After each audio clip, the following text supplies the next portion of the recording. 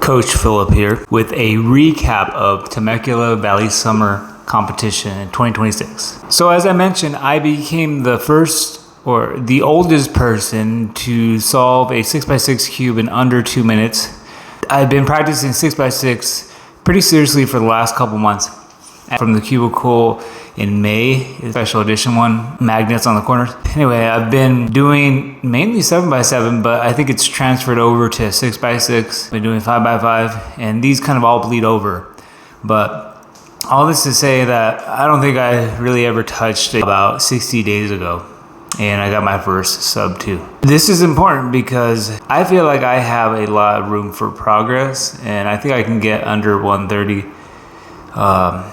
I don't know how long it's going to take. It doesn't really matter how long it takes. If I'm 37 right now. I became the oldest person to solve under 2 minutes. If somebody wants to fact check me and prove otherwise, that's fine. But I think by the time I turn 40, I can definitely have sub 130, given the fact that I've had this kind of progress in the last 60 days on 6x6 and 7x7.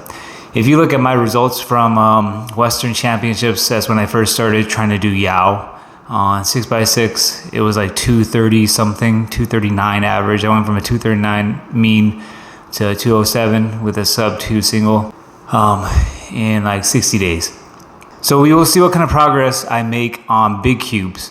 But big cubes seem to be the area which I can most improve when I was more competitive. Mainly focus on 3x3 in one hand. I also became probably the oldest person to have a sub 15 one-handed average in competition. The reason why this is important is because imagine the tables were reversed, and it used to be the case that it was college-age people who were cubing, but over the years it became younger and younger to now. You have Theodore, 6 years old, Xuan Yi, 8 years old, Yi Hang, 12 years old. You have literal kids leading the sport. But imagine if it were a bunch of 40-year-olds and 50-year-olds dominating the sport.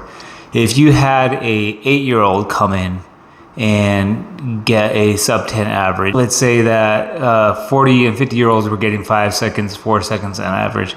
You had an 8-year-old come in and get a sub 10. That'd be pretty noticeable.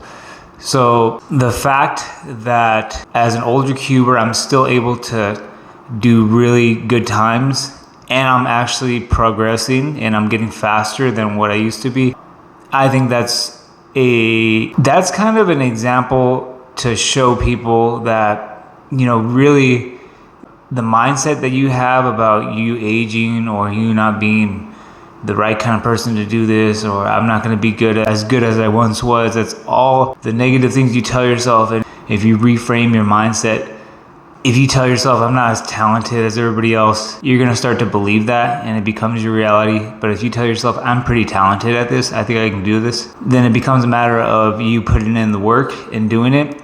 And so when you have positive thoughts about yourself, those thoughts then lead to positive actions to kind of fulfill that idea you have of yourself.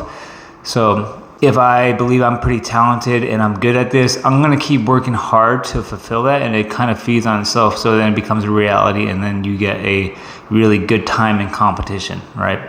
So me doing this at my age with the amount of kids that I have, triplet babies who are 2 years old and a 4-year-old, we're trying to potty train all these babies and change their diapers and feed them, and they're throwing my cubes across the room and trying to find time to practice. These are all challenges that I have in my life right now, but I'm still able to set PRs. I'm still able to do what nobody else my age is doing, despite having all these obstacles.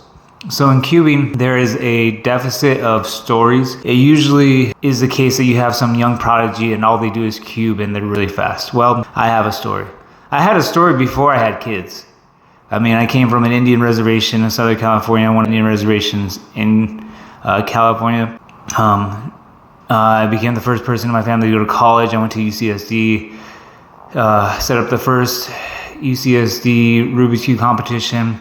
I became one of the fastest in the world, 6th fastest in the world, despite being born in an environment that's very not conducive to that and having no support growing up. So I have a huge story in itself. So I had a story before my current era, but in this era in particular, my story of being a triplet dad with a toddler and still trying to find ways to improve myself and set records, it becomes a kind of story that you don't really hear about often in the cubing world. And I think we would benefit more from hearing, to encourage people who are in my similar era in parenthood.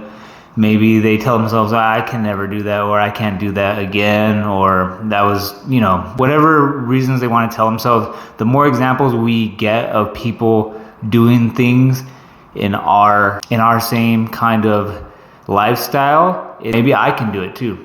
So I have a very interesting story. I am getting faster despite getting older. I am getting faster despite having the lifestyle inhibition, or the lifestyle prohibitions of getting older with family and marriage, kids, bills, jobs, having to fix stuff around the home, being a dad. I am doing the thing and then some. So I want to use this as a way to encourage people who are adults, who are my age with kids or something. If you have a goal or something related to cubing or otherwise, and you find every excuse you want to tell yourself for why you can't do it, find a way, challenge yourself, set a goal for yourself, and become the oldest person to do X, Y, or Z, because that's what I'm doing. My goal is to become the oldest person. Right now, I think I'm the oldest person with a sub 10 average in competition. That's, I think, pretty certain. I want to set a goal to become the oldest person with a sub 1 5x5, sub 2 6x6, sub 3 7x7 in competition. So I got the 6x6. I got to do 5x5 at my next competition, and I've gotten pretty good at 5x5. I get sub 1s pretty regularly now. I don't average sub 1 quite yet, but I'm getting there. And 7x7, I'm trying to get sub 3. I have not yet had a sub 3, but then again, I picked up 7x7 and 6x6 in May. It is now July, so I still have room for improvement. I'm around like 330-ish for 7x7. I think I can get sub 3 in about a month or two if I practice, if I can practice. Again, finding time with kids is really hard. A lot of people who watch this, they may not understand because they're kids themselves. Their parents will understand, but I'm kind of in my own category in the cubing world. Not many people are going to be able to relate to, not many people can relate to my experience in general, but definitely in the cubing world, nobody really kind of understands what it's like to try to get practice in with a bunch of your kids running around and having to clean the house and take care of them. Usually all you do is cube. And I used to be there, and I used to be really competitive. I'm not going to be there ever again because it's a choice that I'm willingly making right now. I'm not going to go all in on the cube because I really care about spending time with my family. And I love my family, and this is in addition to my family. I bring my kids to competitions, not because they can really understand anything what's going on, but because I really want to create that environment of positive examples for challenging yourself and setting up positive memories and routines and family traditions for them, because that's not something I really had growing up. So again, in an era of cubing where we have a deficit of stories, I have a very rich story, and I would like to share that with the world to inspire people who may come from adverse backgrounds or different set of circumstances that you can do things that are hard. You just got to have the determination to do so. This is Coach Philip. I believe in you. I hope you believe in yourself.